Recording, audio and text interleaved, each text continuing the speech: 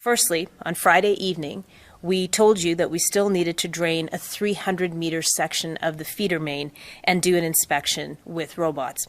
The robotic review of that remaining 300 meters indicated that there were no other compromised spots. It was only the 5 hotspots that we needed to deal with.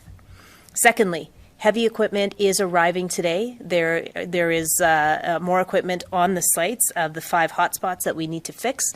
Those repairs have begun, and we will continue to work on those concurrently. So we will do them all at the same time. Thirdly, we told you that we would be working with municipalities across North America to secure the parts that we needed, and those parts are either on their way or they are already here. Fourth, the first feeder main break has now been fully repaired, and we are now able to focus on the 5 hotspots. So I want you to think about it this way. There were 6 areas that needed to be repaired. 1 is fully completed. The other 5 are all happening at the same time, and we will continue to update you on that. So to Calgarians and our neighbouring communities, I can speak for all of us here at the City of Calgary when I say we are incredibly grateful for everything that you have been doing.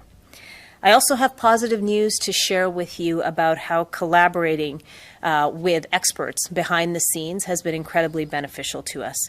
We have been working with folks in the energy industry, and we're incredibly fortunate to have these people available to us because our city is known for its leadership in this area. This weekend, 2 roundtables were held to exchange ideas and understand options available to us. 2 more of these sessions are in the works, and these will include experts from heavy construction as well as the technology sector. Oil and gas professionals sat down with our engineers and hydrologists to consider what the repair options could look like and contingencies.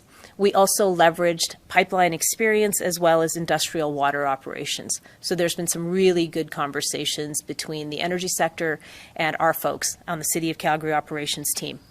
I can also tell you that we now have 6 private sector partners that have been fully engaged.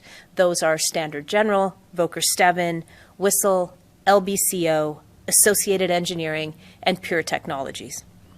Now, looking back, when I sat down with my team on Friday night after we heard the difficult news about 5 more sections needing repair, we knew we had to take a bold approach to get this pipe fixed and to get water flowing to all of you. And most importantly, we knew we needed to do it in a safe manner. And as ideas flew and the weekend progressed, I was truly heartened to watch people step up and teams come together, all for the good of Calgarians. We really have banded together in this one.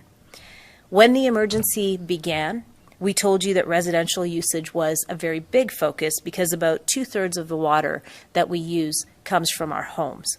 We also worked with the city's biggest corporate and industrial water users. In fact, there were 700 phone calls made and visits made to folks to see how they could reduce their water consumption in their businesses.